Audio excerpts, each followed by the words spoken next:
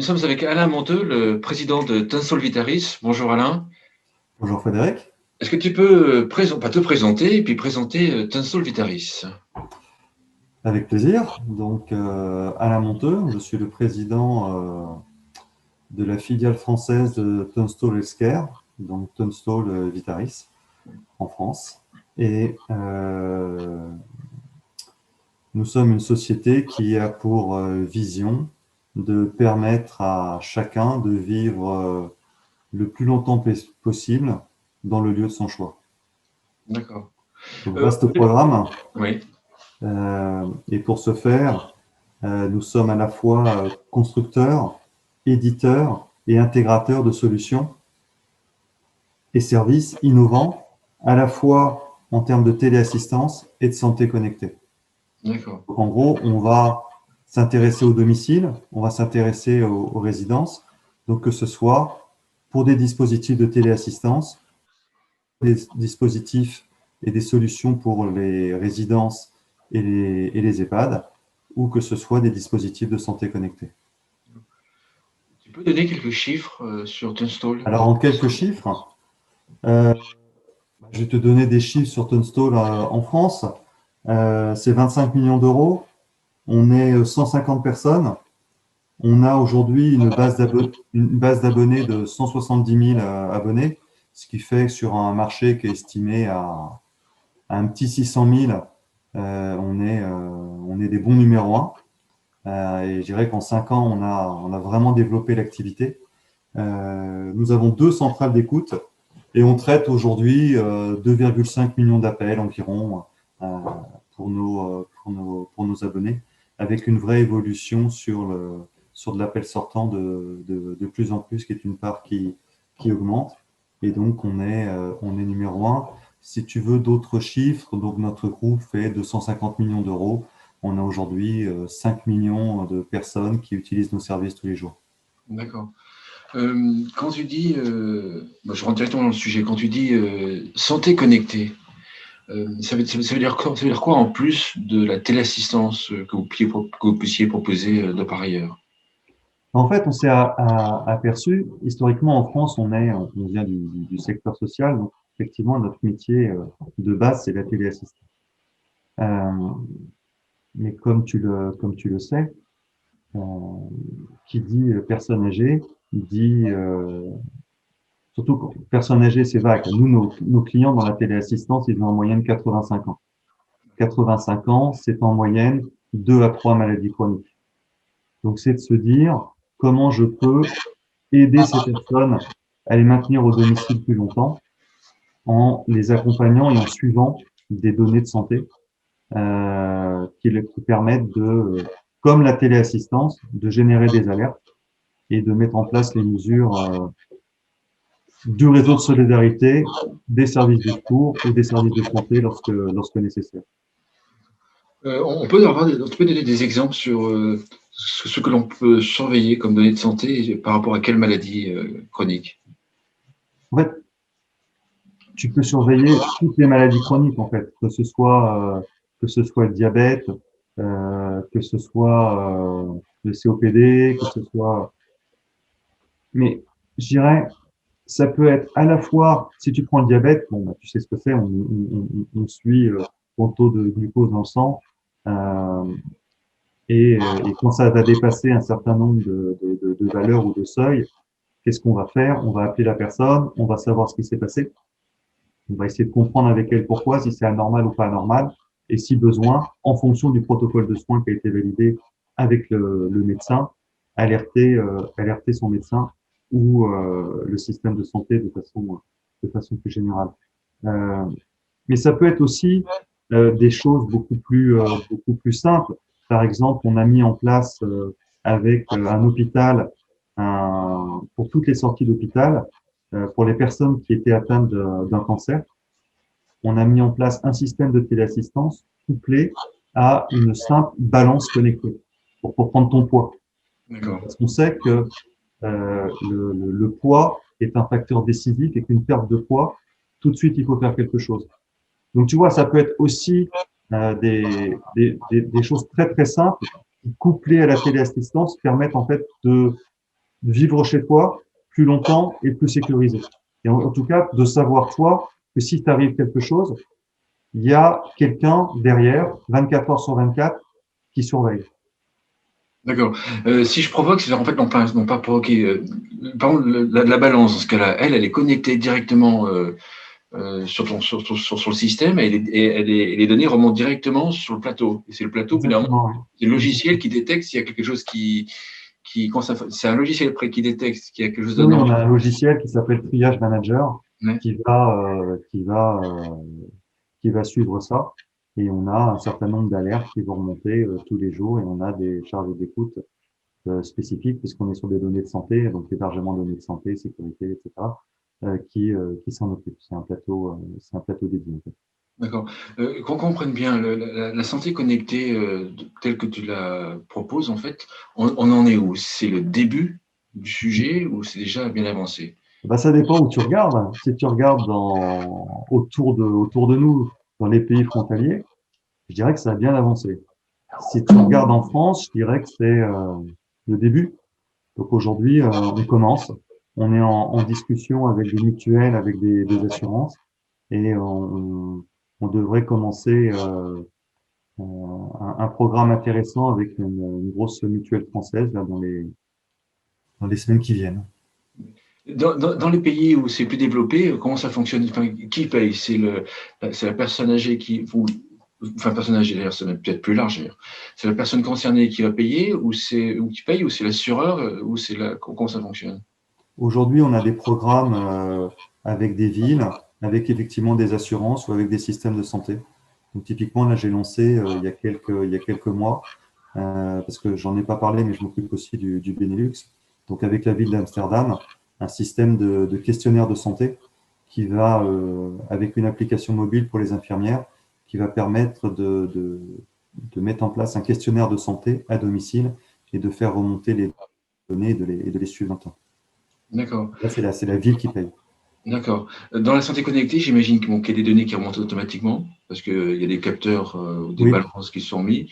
J'imagine qu'il y a des données qui sont remontées par saisie. J'imagine qu'il y a personne âgé de saisie. Alors, tu peux toujours, soit tu mets, je reprends mon exemple de la balance, soit tu mets une balance connectée et ça se connecte automatiquement au terminal et l'information elle remonte, soit tu as toujours la possibilité de faire une saisie manuelle. Et via notre terminal, tu peux aussi d'abord faire de la formation en information thérapeutique et tu peux aussi administrer des questionnaires de façon régulière, d'accord, qui vont permettre de remonter des données, ne serait-ce que comment tu te sens. D'accord. Dans les pays où c'est vraiment en avance, le qui paye a été déjà réglé, alors qu'en France, peut-être pas forcément le Alors, cas. je dirais pas que le qui paye est réglé de façon générale. Je suis pas sûr de ça. Ce que je vois, si je prends, là je t'ai parlé un peu du Nord, si je prends en Espagne, on a vu aujourd'hui une région qui a sorti son appel d'offres de téléassistance, donc un marché public, qui a un volet santé connectée, une téléassistance et santé connectée. Donc là aussi, c'est une prise en charge par la région. Mais D'accord. encore une fois, c'est toujours en mettre en regard des économies que tu vas pouvoir permettre de faire Bien sûr. au système de santé. Et c'est la grosse difficulté en France, c'est de passer d'un système réactif à un système de prévention. Tu peux le dire dans la santé ou dans la téléassistance. On avait déjà discuté du livre blanc qu'on avait sorti, je ne sais pas si tu t'en souviens, où on avait mis en place une étude longitudinale sur plusieurs mois auprès de personnes qui avaient la téléassistance et auprès de personnes qui n'avaient pas la Oui, téléassistance. oui. Et on voyait bien les apports de la téléassistance en termes d'économie pour le système sanitaire et social. Et je ne sais pas si tu as vu aussi, enfin, on parle de beaucoup d'argent, hein, parce qu'on Oui, parlait oui, oui. on parlait de plus de 5 000 € Par d'économie personne. en termes d'action sociale de proximité, d'économie par abonné par an. Donc, ne serait-ce que multiplié par 600 000 abonnés à la téléassistance en France, ça fait un petit peu, ça fait un petit peu d'argent. Euh, et on a vu en Espagne des gouvernements régionaux commencer à se dire que la téléassistance devrait être offerte à tous étant donné les économies que ça apporte. Donc, c'est vraiment de basculer dans une logique de prévention. D'accord, d'accord. C'est-à-dire qu'en fait, le téléassisteur que vous êtes à l'origine, qui ciblait essentiellement les personnes âgées de plus de 85 ans, va devenir un opérateur plus global de santé, parce que j'imagine que ce système-là, il peut concerner également quelqu'un qui, enfin, le diabète, on l'a pas uniquement à 86 ans, donc on peut Oui. l'avoir beaucoup plus jeune. Donc en fait, on change totalement de paradigme. Vous allez avoir des clients plus liés à une pathologie plutôt qu'à un âge. Ben, c'est déjà un peu le cas parce qu'aujourd'hui, on met toujours en avant les personnes âgées, mais on s'occupe aussi de personnes avec des difficultés d'autonomie et par exemple des personnes handicapées. D'accord. D'accord? Mais c'est vrai que c'est une part plus faible de notre parc d'abonnés. Donc c'est vrai que c'est moins mis en avant, mais c'est néanmoins un sujet important. Je te prends un exemple aujourd'hui. Dans nos parcs d'abonnés, on a des malentendants, donc sourds ou malentendants, et on a mis en place des dispositifs pour pouvoir les prendre en charge de la même façon. Par exemple, on a mis en place une petite application qui s'appelle Care Chat, qui permet, à la place de parler, de faire du chat avec la centrale d'écoute via des petites icônes. Donc, par exemple, tu as l'icône de quelqu'un qui est tombé, tu as l'icône de j'ai mal, et derrière, il y a le chargé d'écoute. Lui peut poser des icônes, peut pousser des icônes et la personne va répondre, ou peut pousser, par exemple, vous avez mal, tac, de 1 à 10, dites-moi, et vous avez besoin des services de secours, tu pousses une ambulance. Donc, c'est des systèmes aussi pour les personnes qui sont pas forcément des personnes âgées. Mais pour en revenir à ta question, oui, oui, bien sûr, même si aujourd'hui notre spécificité et notre expertise est principalement sur les personnes âgées, et qu'aujourd'hui notre priorité c'est celle-là, c'est de développer ce qu'on appelle donc de passer d'une téléassistance réactive à une téléassistance personnalisée et proactive, dans lequel on va non pas avoir la même solution pour tout le monde, mais une solution adaptée à ta problématique personnelle. Et c'est ça qui va faire que la téléassistance va être efficace. Et c'est ça qui va faire derrière, couplé à des systèmes de santé, à des systèmes d'intelligence artificielle, qui va nous permettre de construire les modèles sanitaires et sociaux de demain. Ça veut dire qu'en fait, les téléassisteurs vont devoir passer, enfin, moi, je vois passer, à t'écouter, je vais les voir passer de quelqu'un qui, il y a quelques années, proposait un produit unique à une seule typologie de personnes. Je propose une multitude de produits, de services ou d'organisations de services pour une multitude de pathologies. Oui, En fait, à t'écouter, il va y avoir, il y a plusieurs maladies chroniques. Il y a des gens plus ou moins avancés dans la maladie chronique, et des gens plus ou moins jeunes. Donc, en fait, à chaque fois, il va y avoir le sur-mesure veut dire, en fait, il faut avoir la puissance suffisante de proposer différentes solutions à différentes personnes. Donc, ça démultiplie, en fait, les situations. oui, alors bien sûr, après tu as quand même des logiques simplificatrices avec il y a des besoins de base avec des solutions qui sont un peu packagées. Mais oui, c'est l'idée. L'idée, c'est quoi l'idée? La téléassistance, c'est quoi? La téléassistance, c'est un terminal ou un hub et un bouton d'appel. Et c'est de se dire, on a déjà aujourd'hui un terminal qui est installé au domicile. Est-ce qu'on peut pas utiliser ce terminal? Est-ce qu'on peut pas utiliser la centrale d'écoute et d'assistance disponible 24 heures sur 24 pour ajouter des services ayant une vraie valeur d'usage pour l'abonné? Donc, en termes de santé, donc on a parlé de suivi de données de santé, mais ça peut être aussi en termes de, si je reste sur la santé, de téléconsultation. Aujourd'hui, on parle beaucoup de téléconsultation vidéo, mais on peut aussi faire de la téléconsultation téléphone. Et ça, c'était une vraie demande qui est apparue pendant la période de confinement, d'être capable de mettre cela en place Mm. pour répondre à des inquiétudes et des angoisses des personnes âgées. Ça peut être d'administrer des questionnaires, ce qui est aussi d'actualité. Quelqu'un qui m'appelle et qui dit, je crois que j'ai le Covid, on peut aussi administrer un questionnaire pour vérifier et pour l'aider, lui dire, je pense que vous ne l'avez pas, je pense que vous devriez consulter. Ça peut être de la mise en relation avec un médecin. Enfin, ça peut être plein de choses dans le domaine de la santé. Mais après, tu peux le dupliquer dans le domaine du service. Ça peut être la mise en place de réseaux de solidarité, de liens sociaux en local. Ça peut être des solutions d'appels sortants qui vont permettre de rompre l'isolement, sachant qu'aujourd'hui, il y a, on l'a bien vu pendant le confinement, pendant le confinement, il valait mieux avoir la téléassistance que pas avoir la téléassistance. Parce que si tu avais la téléassistance, en tout cas si tu avais la téléassistance du tarif, nous t'avons appelé régulièrement, nous avons essayé de savoir si tu allais bien et si tu avais besoin de services de proximité, que ce soit un portage de repas, que ce soit une aide à domicile ou quoi que ce soit. Si tu étais seul, ben, tu étais seul et tu savais pas trop vers qui tourner. La téléassistance a ce rôle aussi quelle que soit l'heure du jour ou de la nuit, si tu as une angoisse, si tu as un besoin d'un service, tu nous appelles. Tu as un problème de santé, tu nous appelles. Voilà. Après, on va travailler à sécuriser la maison. On va travailler, donc le logement, sécuriser la personne. Et donc là, on peut mettre en place des capteurs intelligents qui vont permettre aussi de donner des indications sur ce qui se passe et couplés aux données de santé ou pas, qui vont permettre aussi de prédire peut-être demain ta chute. Là, je travaille aujourd'hui on a un partenaire qui aujourd'hui travaille sur des modèles de prédiction de chute et qui est capable de te dire que ton pourcentage de probabilité de chute dans les jours ou semaines qui viennent, il a augmenté à un certain seuil sur lequel il faut peut-être aller faire quelque chose. Ça, on est quand même dans des logiques qui sont beaucoup plus intelligentes entre guillemets. Oui, et c'est aussi des systèmes. On s'intéresse beaucoup aux bénéficiaires, mais il faut aussi s'intéresser à l'écosystème qui est autour, et notamment aux aidants, que ça soit la famille ou autre, et comment on peut les aider, comment on peut les rassurer. Typiquement avec ces systèmes de suivi qui vont permettre d'avoir une alerte plus fine.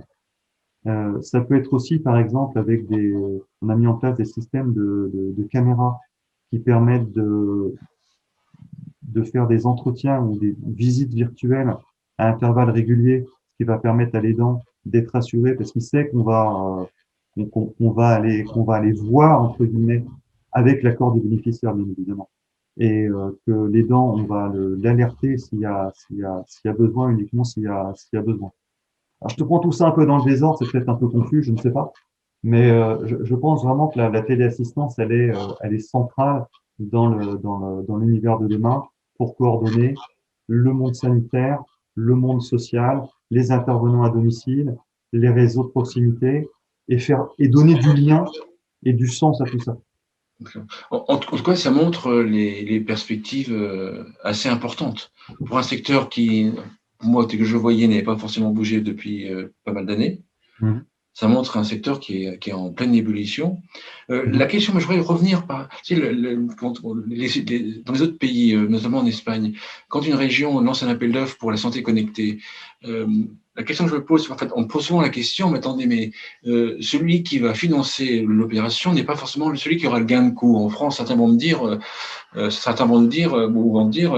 oui, mais si c'est un département qui installe ce service-là, le gain de coût, celui qui aura les bénéfices, ce sera la sécurité sociale et pas le département.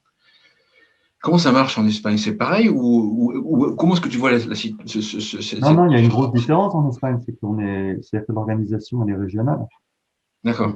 À partir de là, il y a quelqu'un en région qui a dans la même main les deux budgets.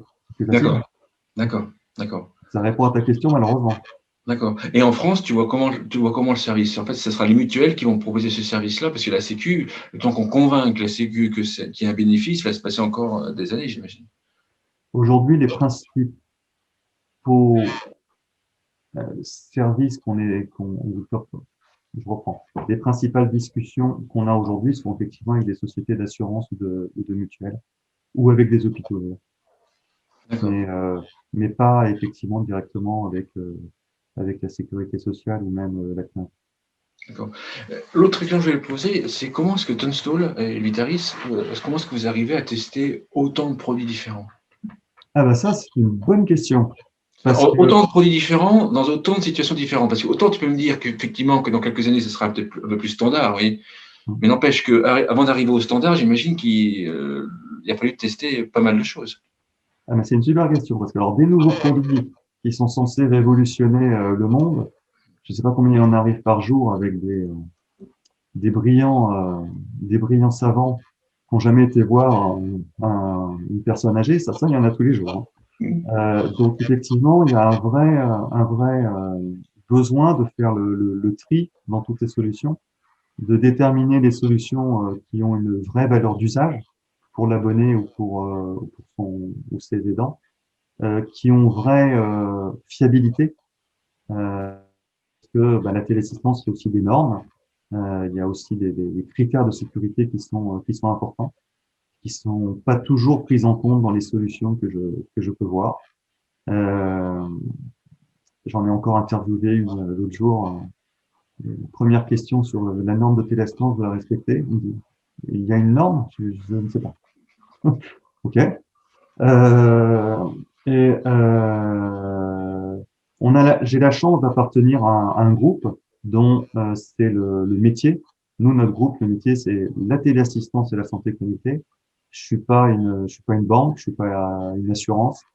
Euh, et donc, on a un centre de recherche et d'innovation qui teste les solutions de façon à grande ampleur, je dirais, pour l'ensemble du groupe.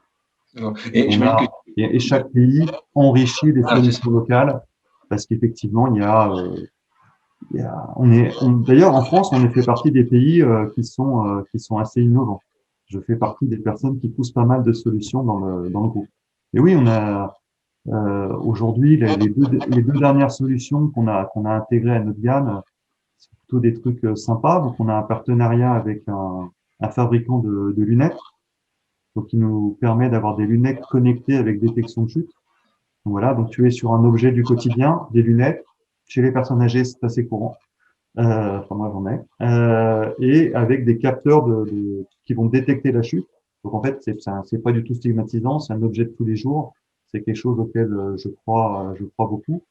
Et on a un autre partenariat avec un coussin connecté. On a peut-être entendu parler avec le Oui, coussin exactement. Condor, qui nous permet, dans cette logique de casser la fracture digitale et en utilisant ce coussin comme télécommande et une télé, de permettre à une personne âgée d'avoir accès à de la messagerie photo et de l'échange avec ses proches. Et c'est pas rien, hein, parce qu'aujourd'hui, on sait que 53% des personnes de plus de 80 ans n'ont pas accès à Internet. Oui. Voilà, donc valeur d'usage, fiabilité à chaque fois. D'accord. Alors, la question qui me vient, c'est, je suis une entreprise française, petite ou grosse, j'ai développé un système dans la santé connectée et je voudrais le refaire, je voudrais avoir un accord avec Vitaris et je voudrais que plus tard, ils vont rêver de ça, que ce soit Tunstall qui le redistribue dans beaucoup de pays. Comment est-ce que je m'y prends? J'appelle Alain, mon deux, je t'appelle en fait, et comment je dois le présenter le produit, qu'est-ce que tu regardes, et ensuite, comment est-ce qu'il va passer chez Tunstall, si c'est pas confidentiel. Bon, il n'y a rien de confidentiel, il y a rien, je vais rien t'apprendre d'extraordinaire. Je vais écouter, je vais essayer de comprendre comment ça marche. Je vais après échanger avec les personnes de mes équipes, que ce soit des commerciaux ou des personnes sur le terrain ou des personnes à la centrale d'appel, pour demander ce qu'ils en pensent. Euh, Si on pense qu'il y a une vraie valeur d'usage, je vais appeler le directeur technique pour qu'il me donne un premier retour. Et puis après, on va essayer de faire un test en grandeur nature. Et si on passe ce test, ben, on va passer au niveau suivant et au niveau groupe. Puis après, on peut déployer la solution au niveau groupe. Donc ça s'est fait pour plusieurs solutions et D'accord. notamment des solutions françaises. D'accord. Les autres pays, ils regardent les autres pays dans la téléassistance, ils sont peut-être plus ou moins avancés. Ils regardent la France comme comment en fait? Ils regardent la France comme des suiveurs, des innovateurs. Comment est-ce qu'ils nous regardent? Ouf, c'est dur à répondre comme question. Euh, la seule chose qu'ils ne comprennent pas, je sais pas si ça va répondre à ta question, Oui. c'est en termes de téléassistance, comment il peut y avoir en France aussi peu de personnes Oui, avec la téléassistance. oui, ça, oui, oui. Peut-être donner quelques chiffres dans différents pays pour qu'on se rende compte du retard. Bah, en gros, si tu compares avec l'Espagne ou l'Angleterre, en pourcentage, on devrait avoir le double de personnes avec la téléassistance en France comparé à ces pays-là. D'accord. C'est pas mal quand même, hein. Donc aujourd'hui, on peut considérer, à ratio égal, on devrait être à plus d'1 million de personnes avec la téléassistance en France. Qu'est-ce qui explique la différence? Euh, je pense principalement la prise en charge par les pouvoirs publics. C'est-à-dire D'accord. qu'aujourd'hui, si tu prends un pays comme l'Espagne, toutes les régions prennent en charge la téléassistance d'une façon ou d'une autre. En France, aujourd'hui, il y a un tiers des départements ont lancé un appel d'offres marché public ou de délégation de services publics. Donc, tu as aujourd'hui 2 tiers des départements qui ne l'ont pas fait. D'accord. Il y a aujourd'hui très peu de départements qui prennent 100% en charge la téléassistance, donc sans reste à charge pour les bénéficiaires. D'accord. D'accord. Une dernière partie que je voulais aborder avec toi, avant que tu en aies une autre, euh, les grosses études, les études importantes que vous avez faites, notamment en Espagne, sur les bénéfices Mhm. de la téléassistance, où vous avez comparé quelqu'un qui est équipé, quelqu'un qui n'est pas équipé. Est-ce que tu peux nous en donner quelques résultats? Oui, tout à fait. Donc, on a fait une étude auprès de 260 000, 256 000 exactement, Ce qui, abonnés. ce qui est énorme, ça ferait la moitié du parc, pratiquement la moitié du parc installé en France, hein, si on voulait comparer. Exactement. Donc voilà, c'est donc une étude qu'on a fait sur plusieurs mois, parce que c'est quasiment sur une année, auprès d'un montant d'abonnés, donc de 260 000 abonnés. Et on a regardé l'évolution des coûts sociaux mis en œuvre. Donc là, comme je te disais tout à l'heure, on est à 5 000 euros d'économie pour les personnes qui ont la téléassistance Tunstall, hein, donc dans une logique proactive et personnalisée. Euh, on a de la même façon regardé l'impact sur le maintien à domicile avant d'entrer en résidence. Et là, on s'est aperçu que les personnes qui avaient cette téléassistance proactive et personnalisée avaient une durée de maintien au domicile avant d'entrer en résidence supérieure de 1,5 ans. Ce qui est énorme, hein. Ce qui est C'est énorme. énorme. Mm. C'est effectivement énorme. Et si tu le traduis aussi en économie, euh, personne est pour le bénéficiaire, sur un prix moyen d'un séjour en résidence, on est sur 4 600 euros d'économie par personne, donc sur l'ensemble du parc. D'accord. Ce qui est aussi énorme. On s'est aperçu qu'avec cette téléassistance bienveillante, on est sur une économie au niveau du nombre d'appels au service de secours, et le nombre d'appels pour avoir une ambulance ont diminué de 36%, ce qui est aussi très important. Donc, tu vois, on a démontré que par une étude avec, donc une étude longitudinale, avec des personnes qui avaient la téléassistance proactive personnalisée, des personnes qui n'allaient pas, on a pu, durant une année, comparer les différences et les gains financiers pour la personne, pour la collectivité et pour les services de secours. Et on s'est dit, il faudrait compléter ça par une étude pour voir si les personnes qui ont cette téléassistance, est-ce qu'au final, elles sentent un bénéfice? Donc, on leur a administré un questionnaire après cette période et on s'est aperçu qu'à 96%, les personnes qui avaient cette téléassistance se sentent plus en sécurité. D'accord. À 92%, elles se sentaient moins seules. Et Et à donc, ouais. 98%, elles considéraient que leurs proches étaient plus rassurés. Oui, donc, Donc, en fait, oui, il y a une partie émotionnelle, je me sens bien mieux pour ma qualité de vie, mon bien-être. Et après, il y a une partie de gain financier, de réduction de coûts qui est aussi importante. Il y a vraiment les deux dans l'étude, je trouve. exactement, mais les deux sont liés. Tu sais très bien que si tu es isolé, tu te sens seul, tu rencontres personne de la journée, eh ben, ta perte d'autonomie, elle va s'accélérer, ta santé, elle va se dégrader, surtout si tu as des maladies chroniques. Donc, en fait, c'est une espèce la téléassistance, c'est un cercle vertueux pour tout l'écosystème. Ce qui est très surprenant, moi j'étais étonné quand j'ai vu en fait, on pouvait deviner, on pouvait le deviner effectivement que les gens restaient plus souvent à domicile. Dans le secteur, beaucoup vont dire oui, effectivement, l'assistance permet de rester à domicile plus longtemps, etc. Mais ce qui est étonnant, c'est autant de mois en plus. Ça, c'est vraiment étonnant. Ce que moi j'étais étonné, c'est qu'effectivement, la téléassistance permet de rester 1 an et demi de plus à domicile. Ce nombre de mois, il est très très important en plus. Ça m'a vraiment étonné.